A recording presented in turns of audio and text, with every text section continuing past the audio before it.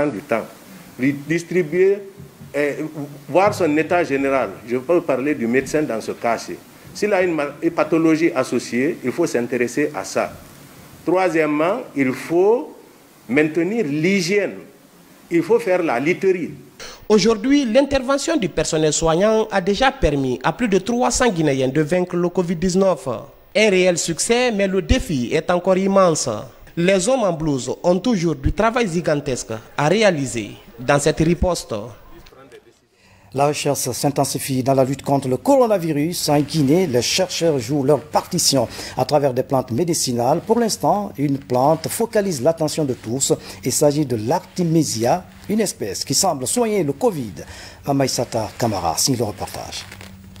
L'Artemisia, une plante médicinale qui de tout temps a traité le paludisme ou malaria, est aujourd'hui l'espoir pour soigner le Covid-19.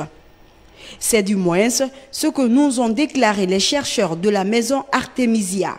Dr Habib Kourouman, membre du réseau de la maison Artemisia, est mis à contribution à travers son groupe WhatsApp. Bien avant la découverte malgache, l'homme est à pied d'œuvre pour intéresser les autorités sanitaires guinéennes à ces recherches. Nous appartenons à un réseau qu'on appelle la maison d'Artemisia. Nous avons des scientifiques qui établissent tout le temps des protocoles. Nous avons des médecins pratiquants qui mettent en œuvre le protocole pour voir la réalité. Tout ce qui se passe, nous sommes toujours alertés à l'instant parce que nous sommes dans un même milieu, on est dans un même réseau. Donc on est en train de se battre pour faire la promotion de la plante. Et maintenant, lorsque ça a été dit que l'Artemisia annua a un effet actif sur le Covid-19, nous avons alerté. D'abord, il a publié en date du 26 mars sur ma page Facebook, même la pathologie, j'ai tout publié. Et je suis parti voir nos autorités pour pouvoir essayer d'exercer. Selon ce spécialiste, il y a deux variétés d'Artemisia, l'Artemisia annua et afra. Ces plantes médicinales soignent plusieurs maladies, notamment le palu, cancer de la prostate et nombreuses autres pathologies virales. Le chercheur guinéen apporte des précisions sur l'utilisation de la plante. Pour le traitement du Covid, la variété qui est recommandée, qui contient assez d'artémisinine, c'est l'Artemisia annua. L'utilisation de ça, c'est très simple, c'est pas compliqué. Tout citoyen lambda peut le faire. Ça ne nécessite pas de connaissances médicales approfondies pour le faire. Il s'agit de prendre cette dose qui est 5 grammes parce que quand nous allons commencer, nous allons toujours respecter la dose pour ne pas que ça évite un sous-dosage. Donc, le patient ou la patiente peut venir s'en procurer juste pour faire l'utilisation. Il s'agit de payer 5 grammes si vous voulez dose journalière. Si vous êtes malade par exemple du paludisme, vous pouvez prendre 5 grammes qui doit être consommé chaque jour 5 grammes pendant une semaine. C'est-à-dire, vous portez ça à l'ébullition. Quand l'eau bouillit, une fois que c'est porté en ébullition, vous faites descendre l'eau du feu ou sur le chauffe-eau électrique, vous posez, vous mettez dedans et vous chronométrez pendant 15 à 20 minutes. Vous enlevez et vous filtrez l'eau avec ça. Vous répartissez l'eau là, qui est 1 litre, en 3 phases, en 3 verres. C'est à vous de faire. Si vous n'avez pas ce temps, vous pouvez diviser en 2. Un verre le matin, un verre le soir, c'est-à-dire le litre. Et si vous voulez vraiment, vous n'avez pas tout ce temps, vous avez l'attitude de boire tout le 1 litre en un coup, ça dépend de vous. En Guinée, le gouvernement tente d'expérimenter les vertus de cette plante. Le dossier est désormais au niveau du comité scientifique. Le chef d'État m'avait appelé qu'il y avait une réunion du comité scientifique et intercommission, c'est-à-dire l'ANSS, le comité scientifique, et donc de participer à cette réunion en venant de venir avec des échantillons de la plante. Donc on est parti, j'ai participé à cette réunion et j'ai vu réellement que le chef d'État veut réellement s'impliquer. Ce n'est pas seulement l'Artemisia dont il veut faire la promotion, mais d'autres plantes médicinales.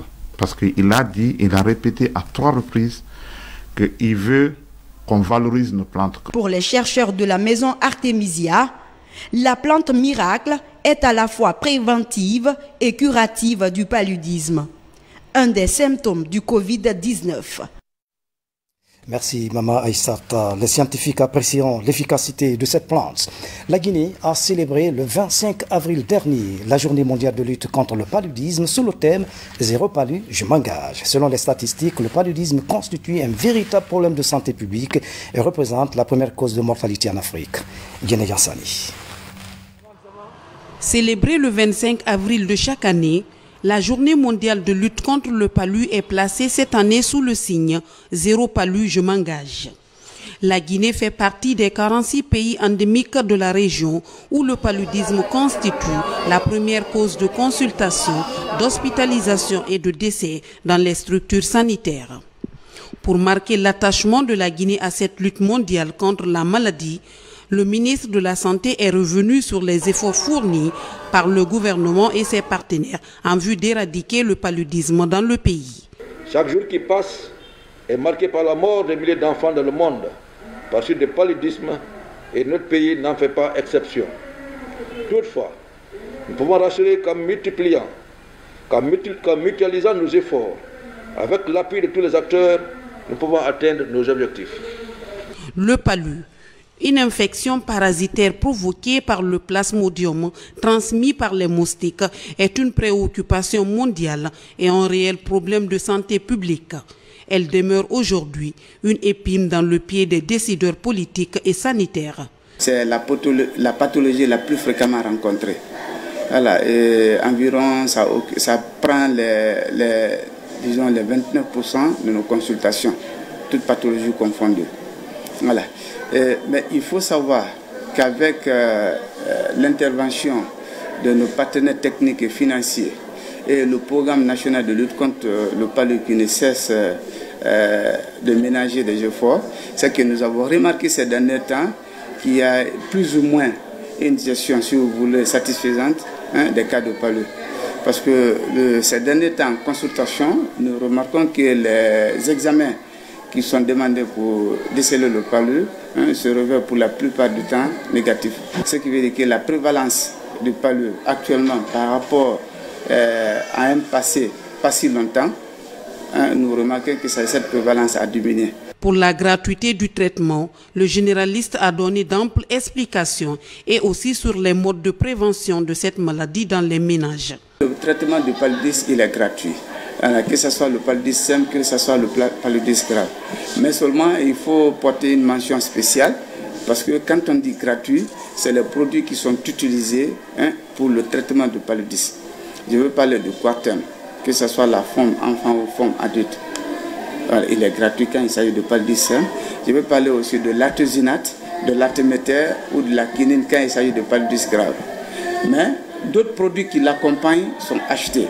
En termes de mortalité, le palu occupe la tête, surtout sur le moins de 5 ans.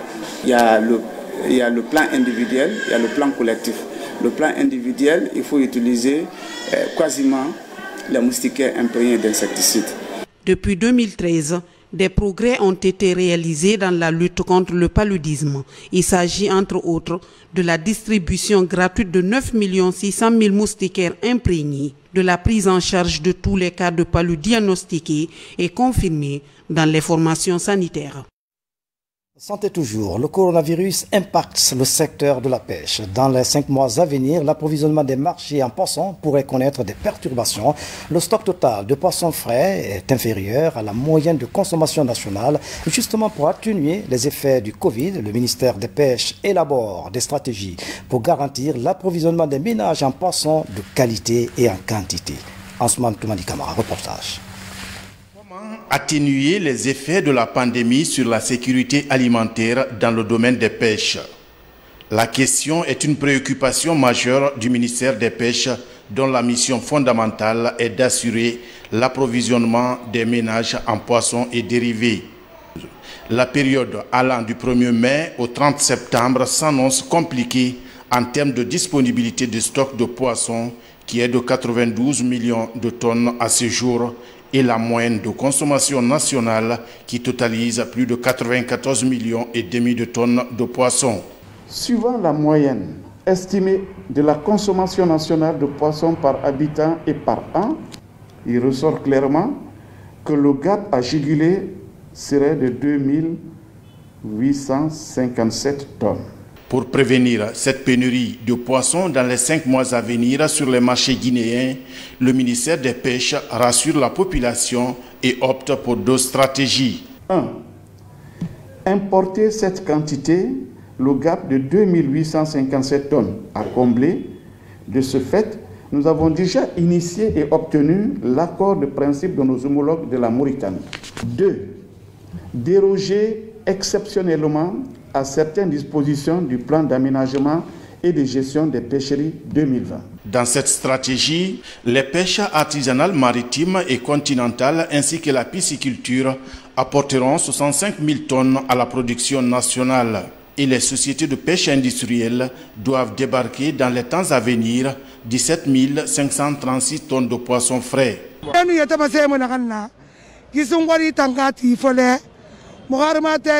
Sans démagogie, l'entente conclue entre le gouvernement et les sociétés de pêche est bien respectée. À chaque débarquement de poissons, nous les marieuses, nous sommes servis pour approvisionner les marchés.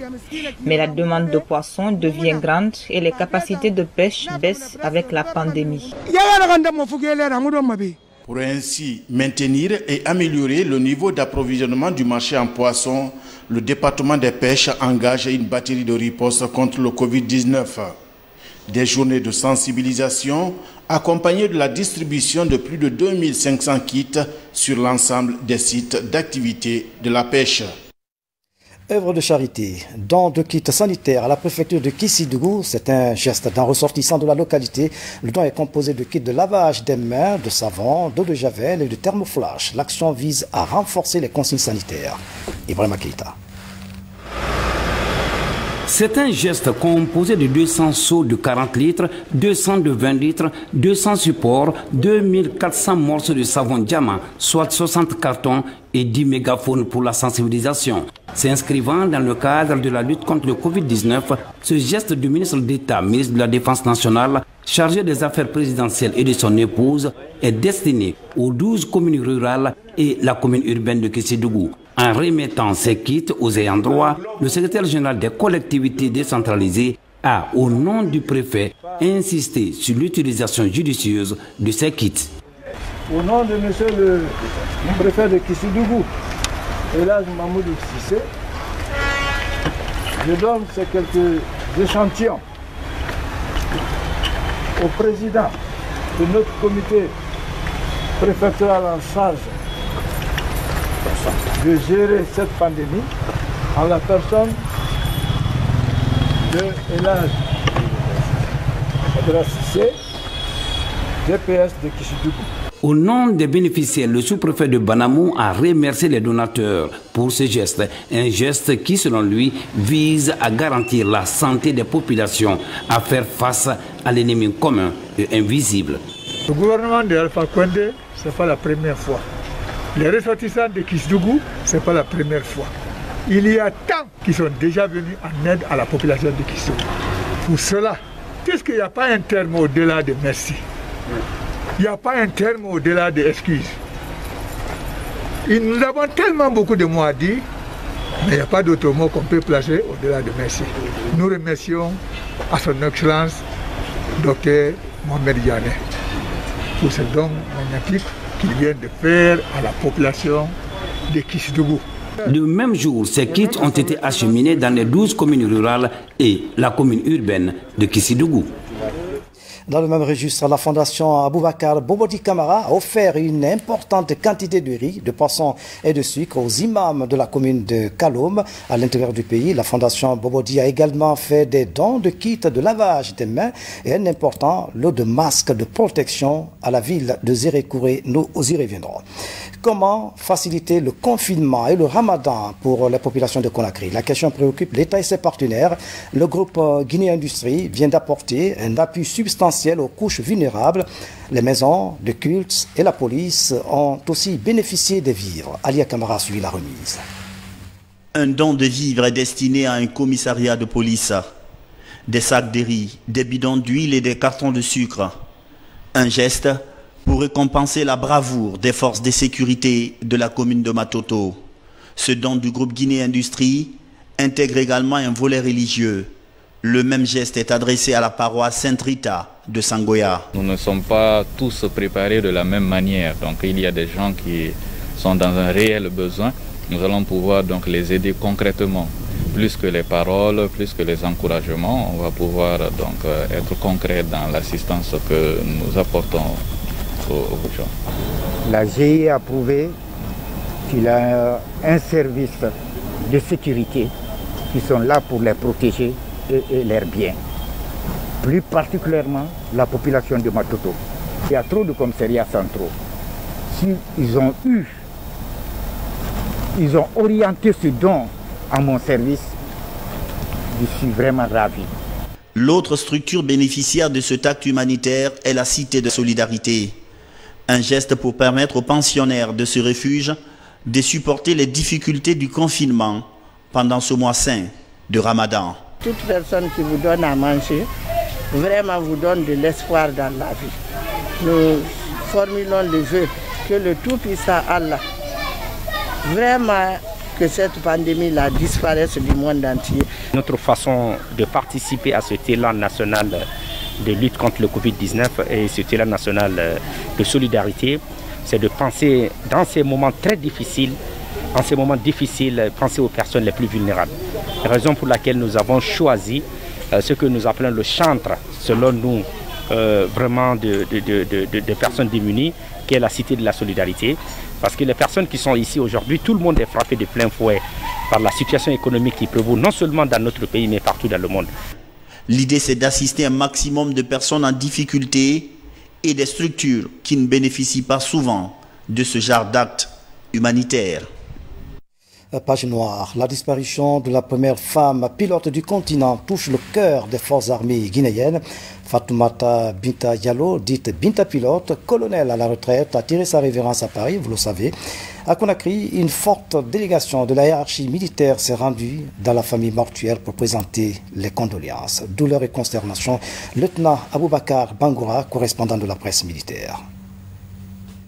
Le colonel d'aviation à la retraite, Fatoumata Binta Diallo, affectueusement appelé Binta Pilote, n'est plus. Né en 1948 à l'Abbé, cette icône de l'aviation militaire guinéenne a prouvé sa qualité héroïque dans les manœuvres d'hélicoptères Mi-4 et Mi-8 pendant la Première République. Première femme pilote d'Afrique noire, la disparition de Binta Pilote est une perte énorme pour la nation guinéenne, comme le témoigne son époux. Voilà une femme fidèle, elle aime sa patrie, elle aime sa appartenance. Elle a servi fidèlement, elle a quitté aussi avec tous les honneurs. Et je prie Dieu que la terre lui soit légère et qu'elle la garde pour le paradis. Je remercie l'armée que nous avons tous servi honorablement. La présence aujourd'hui de tous les corps confondus pour partager cette douleur avec nous. Et nous vous restons reconnaissants et nous servirons ensemble pour toujours pour notre patrie. Incorporée au sein des forces armées guinéennes en 1971, Binta Pilote est issue des grandes écoles d'aviation européennes, dont la Russie, où elle a décroché son brevet de pilote en 1974. Ses proches et compagnons d'armes se souviennent encore de ses bravoures. Elle était parmi les meilleurs. Parce que moi, personnellement, quand en 1979, nous sommes repartis ensemble en France, ce que je ne comprenais pas en classe, en fait, c'est elle qui m'apprenait ça le soir à l'hôtel. Donc, tout ça pour vous dire qui était la personne, très serviable, gentille, disponible. Aujourd'hui, c'est une grande perte pour nous. Le colonel Fatoumata Binta Diallo, Binta Pilote, a tiré sa révérence à Paris le mercredi 22 avril 2020 des suites de maladie, en laissant derrière elle 2 filles. Colonel Binta Pilote, vous avez bien rempli votre mission. Dors en paix. Bulletin du jour sur l'évolution du Covid. La Guinée totalise à ce jour 1000 495 cas confirmés, 329 guéris et 7 décès selon l'ANSS. Respectons les consignes sanitaires. C'est la fin de cette édition. Demain, vous retrouverez Maferin Camara. Je vous souhaite une nuit paisible en ce mois de Ramadan. À bientôt.